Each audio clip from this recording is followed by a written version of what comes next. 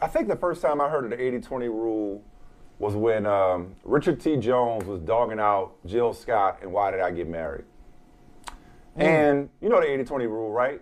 For those that don't know the 80-20 rule, that's when you got 80% of what you need, but you lose it in search of that other 20%. Okay? It's mostly, brought up in terms of relationships. The Las Vegas Raiders, as we all know, overcame as much adversity in a season that I can remember in recent memory, given everything from John Gruden to Henry Ruggs. I'm sure I'm missing some stuff, but it was just David like Arnett, one thing after another. Yeah. They end up getting hot at the end of the year. Picks. They make the playoffs. Rich Bisaccia is interim coach. Mark Davis says, nah, you ain't good enough. You ain't sexy enough. You ain't shiny enough. I'm not winning no press conferences with Rich Bisaccia. I got to go get me a big name coach. I got to go get a guy off the Belichick tree who's already had technically 2 jobs before. I got to get a guy that didn't work out in Denver. I got to get a guy that didn't want to work for Indianapolis. I got to get a guy that's been hidden in New England for all this time. And I gotta sacrifice what I got going here. The players want Rich Bisaccia, but I want Josh McDaniels because I want to win the offseason. I want to win the press And I'm conference. not going to listen to the players.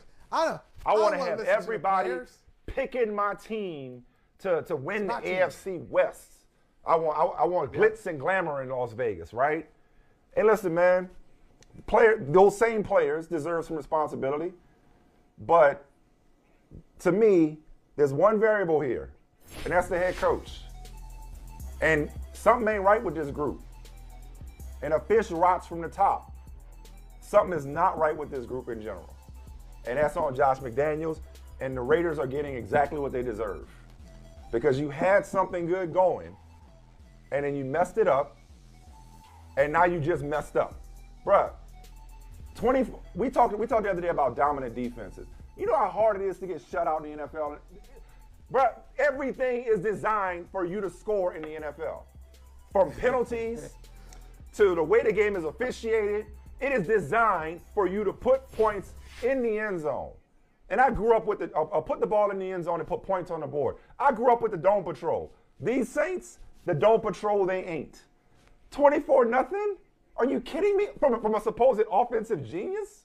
Right. And Mike, they crossed the. What's up with your boy? 51. What's up with your boy? They crossed the 50 with Jarrett Stidham. With Jarrett Stidham, though. Not even with Derek Carr. Another guy that Josh McDaniels brought in. Jarrett Stidham from New England. But no, look, think about this.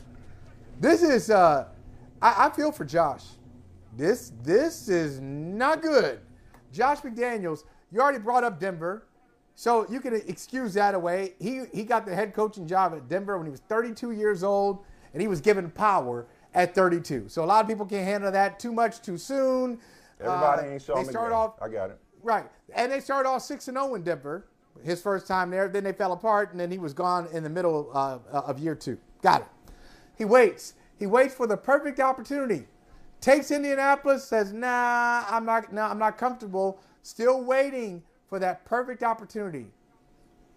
The Raiders come in. Not only do the Raiders give him a 100% raise, thank you, give him a 100% raise, they give him the power to name his own general manager. So he brought in his own general manager in Dave Ziegler.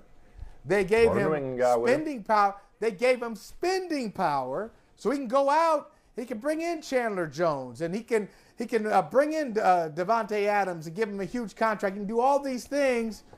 And, a little aside, they don't say no to anything. And this is what the team has. So I don't know what kind of contract he has. I hope the agent has done a really good job. I don't think Mark Davis is going to be patient. He probably should be patient with them.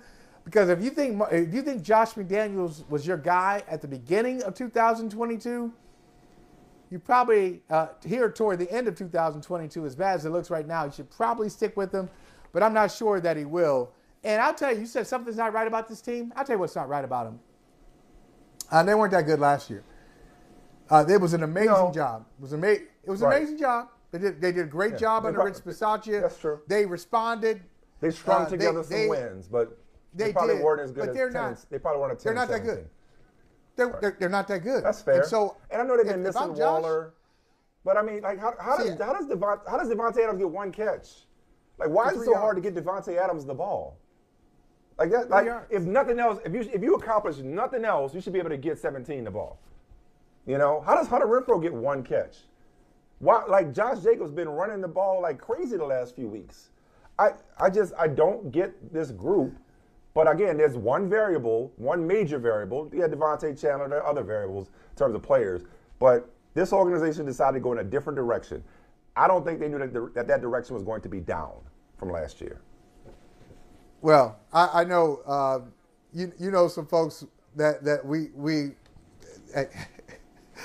I ain't gonna call his name, but you know who I'm talking about. A guy, a former NFL executive who frequently talked about managing expectations and talked about it in a very sagacious way. Let's put it that way. But this is about managing expectations. See, if I'm a head coach in the NFL, I don't want to win. I don't want to be seen as a winner of the offseason or winner of the press conference. Want to fly under that radar? My team is not that good. I don't want that. But he's supposed to be the quarterback whisperer, man. I don't know what he's done to Derek Carr. Still, honestly. I have no idea. You know. No, but he didn't do anything to Derek Carr. He didn't do. That's who he is. Look, you look at that division. Remember a couple weeks ago I told you Derek Carr was my mother. Derek Carr, like yesterday, was this mother. it was like, come on, man. Come on. I mean, those two teams in that division that I thought, okay, they're going to have a regression. Well, I thought the Raiders definitely would regress. The Broncos and Raiders have the same thing in common. They made a big move in the offseason, and everybody lost their minds. As if this is it. Yeah. This is it. Okay, now you're there. Now we're talking about competing for the AFC West title. Now, hold on. You're not Kansas City. You got a lot of work to do. And if the Raiders allow McDaniels and Dave Ziegler to do the job, get that work done, I think they'll be happy. Question is, will they allow it to happen? I'm guessing no, because it's the Raiders. Hey, thanks for watching Brother from Another on YouTube. Make sure you hit subscribe before you leave, and be sure to watch us 3 to 5 p.m. Eastern Time on Peacock. Appreciate you.